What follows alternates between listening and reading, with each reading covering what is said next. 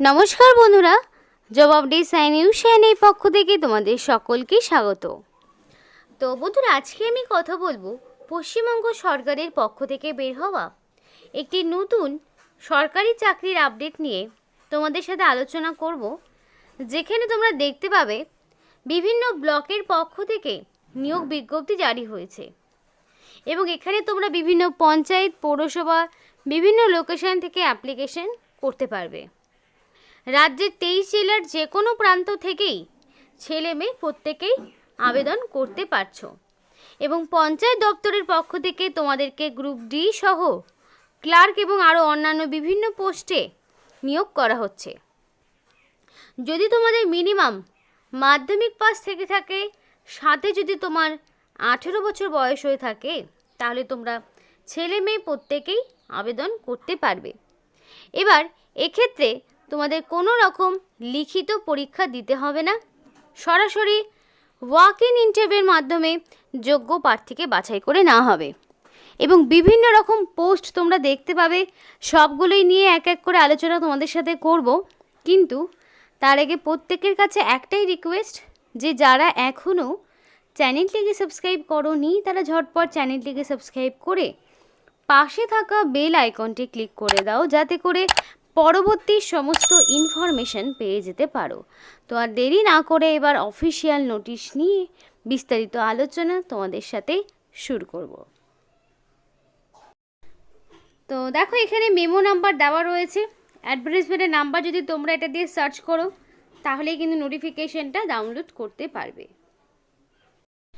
এবং অন্য পাশে দেওয়া রয়েছে নোটিফিকেশন আউটের ডেট, এবং এই নোটিফিকেশনটা রিসেন্টলি 4 তারিখেই আউট হয়েছে। একদম নতুন নোটিফিকেশন নিয়ে কিন্তু আজকে ডিসকাস করছি। তো তোমাদের এখানে প্রচুর রকমের পোস্ট রয়েছে, সেগুলো তো বলবই। তার আগে মেন ভাইটাল একটা পার্ট বলে দিই, যে এখানে অ্যাপ্লিকেশন করতে গেলে ক্যান্ডিডেটকে মিনিমাম হতে হবে 18 বছর এবং ম্যাক্সিমাম 40 বছর। অর্থাৎ 18 থেকে যাদের বয়সটা 40 বছরের মধ্যে রয়েছে তারা কিন্তু আবেদন করতে পারবে। এবার এক্ষেত্রে সরকারি নিয়ম মাফিক ওবিসি প্রার্থীরা 3 বছরের ছাড় পেয়ে যাবে এবং এসসি এসটি প্রার্থীরা 5 বছরের ছাড় পেয়ে যাবে। তাহলে সেই মতো যারা ওবিসি প্রার্থী রয়েছে তারা 18 থেকে 43 বছর পর্যন্ত আবেদন করতে পারবে। যারা এসসি এসটি প্রার্থী রয়েছে তারা 18 থেকে 45 বছর পর্যন্ত আবেদন করার সুযোগ পাবে। এবং এখানে মিনিমাম তোমার কোয়ালিফিকেশন থাকতে হবে মাধ্যমিক পাস। অর্থাৎ তোমরা যে কোনো রেকগনাইজ বোর্ডের আন্ডারে যদি মিনিমাম মাধ্যমিক পাস করে থাকো, তাহলেই তোমরা অবশ্যই এখানে আবেদন করতে পারবে। এবং এখানে তোমাদের যদি কারোর হায়ার কোয়ালিফিকেশন উচ্চ মাধ্যমিক বা গ্র্যাজুয়েশন বা পোস্ট গ্র্যাজুয়েশন থেকে থাকে, সেক্ষেত্রেও কোনো রকম সমস্যা হবে না, তারাও আবেদন করতে পারবে। এবার এখানে অ্যাপ্লিকেশন করার প্রসেসটা কী রয়েছে সেটা তোমাদেরকে জানাবো। তো অ্যাপ্লিকেশনটা অফলাইন মোডে করতে হবে, হয় বাই পোস্টে, নইলে ড্রপ বক্সে গিয়ে সরাসরি অ্যাপ্লিকেশন সাবমিট করতে হবে। বাই পোস্টেও কেউ পাঠাতে পারো, সমস্যা নেই, চাইলে সরাসরিও জমা করে আসতে পারো, কিন্তু অনলাইনভাবে তোমাকে অনলাইন বা আদার্স কোনোভাবে অ্যাপ্লিকেশন জমা নেওয়া হবে না। এবং অ্যাপ্লিকেশন জমানোর লাস্ট ডেট 17 তারিখ, অর্থাৎ 17 তারিখের মধ্যে তোমাকে সম্পূর্ণ 17ই সেপ্টেম্বরের মধ্যে কমপ্লিটলি অ্যাপ্লিকেশন তোমাকে সাবমিট করতে হবে। এরপরে তোমাদের হাতে কিন্তু আর সেই সুযোগটা থাকবে না তোমরা অ্যাপ্লিকেশন সাবমিট করবে, কারণ রিক্রুটমেন্টটা খুব ফাস্ট হবে এবং নির্দিষ্ট সময়ের মধ্যে অ্যাপ্লিকেশন জমা নেওয়া হবে। ডেট কিন্তু এক্সটেন্ড হওয়ার চান্সেস একেবারেই নেই, আর যদি হয়ে থাকে সেটা আলাদা ব্যাপার। আর এডিটের কিন্তু কোনো রকম অপশন নেই, কারণ অনলাইন তো অ্যাপ্লিকেশন হচ্ছে না। সুতরাং যখন অ্যাপ্লিকেশন করবে অবশ্যই নির্ভুল তথ্য দিয়ে অ্যাপ্লিকেশন করার চেষ্টা করবে। এবং এখানে তোমাদের অ্যাপ্লিকেশন করার সময় কি কি ডকুমেন্টস দিতে হবে সেটা একবার দেখে নাও। তো ফার্স্টেই রয়েছে এজ প্রুফ। তো এজ প্রুফ হিসাবে মাধ্যমিকের অ্যাডমিট তুমি দিতে পারো, ডেট অফ বার্থ সার্টিফিকেটও তুমি দিতে পারো। আর এখানে আমার মনে হয় মাধ্যমিকের কোয়ালিফিকেশন অনুযায়ী তোমার যে ডেট অফ বার্থ রয়েছে সেটাই তোমরা দেওয়ার চেষ্টা করবে। এবং পার্মানেন্ট রেসিডেন্ট মানে তোমাদের রেসিডেন্সিয়াল প্রুফ হিসাবে তুমি আধার, ভোটার, রেশন বা তুমি ডিএম বা বিডিও অফিস থেকে ডকুমেন্টস কালেক্ট করে এনেও জমা করতে পারো। তো যদি তোমার কাস্ট সার্টিফিকেট থাকে, যদি অ্যাপ্লিকেবল হয়ে থাকে তাহলে তুমি দেবে, যদি কাস্ট সার্টিফিকেট না থাকে তাহলে দেওয়ার প্রয়োজন নেই। এখানে জেনারেল, এসসি, এসটি, ওবিসি সব রকম প্রার্থীরাই আবেদন করতে পারবে। তারপর তোমাকে দিতে হবে আধার কার্ড, ভোটার কার্ড। এবার তোমাকে এখানে আধার, ভোটারটা অবশ্যই দিতে হবে, যেটা বলা রয়েছে, এবং proof of educational qualification. Educational কোয়ালিফিকেশানের সমস্ত প্রুফ তোমাকে এখানে দিতে হবে, আর মানে একদম মাধ্যমিক থেকে শুরু করে যা রয়েছে, এবং 3 রিসেন্ট পাসপোর্ট সাইজের ফটো, যেটাকে সেলফ অ্যাটাস্টেড করে তোমাকে দিতে হবে। আর এখানে আরও যেগুলো চাওয়া হয়েছে, মানে এক একটি পোস্টের জন্য এক এক রকম, কোনো পোস্টের ক্ষেত্রে এগুলো রয়েছে, কোনো পোস্টের ক্ষেত্রে সেমভাবেই আবার এগুলো রয়েছে। তো পোস্ট ওয়াইজ ডকুমেন্টস কিন্তু আলাদা আলাদা রয়েছে। তো এবার আমি দেখাবো তোমাদের এখানে অ্যাপ্লিকেশন ফর্মটি তোমরা কিভাবে পূরণ করবে। তো ফার্স্টে তোমাদের নামটা ব্লক লেটারে লিখতে হবে, ফুল নেম তোমাকে দিবে। পুরো পুরো অ্যাপ্লিকেশন ফর্মটা আমার মনে হয় ব্লক লেটারে করলেই বেটার হবে। তো সেটা দিয়ে দিলে তারপরে তোমাকে এখানে ফাদার্স নেম, ফাদার বা হাজব্যান্ডের নাম তোমাকে এখানে বসাতে বলেছে।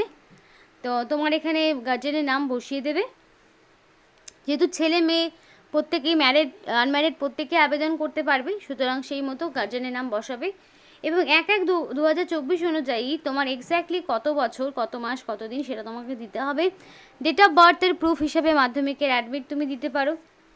এবং প্রেজেন্ট অ্যাড্রেস, পার্মানেন্ট অ্যাড্রেস তোমাকে একদম village, ward number, post office, police station, কোন ব্লক বা মিউনিসিপ্যালিটি, কোন district, pincode, mobile number, mail ID. এবার কন্ট্যাক্ট নাম্বারের ক্ষেত্রে অবশ্যই valid phone number, mail ID দিয়ে অ্যাপ্লিকেশন করার চেষ্টা করবে। কারণ কি, পরবর্তীতে সিলেকশন প্রসেসের সমস্ত রকম ইনফরমেশান তোমরা কিন্তু তোমাদের মেল আইডির মাধ্যমেই জানতে পারবে।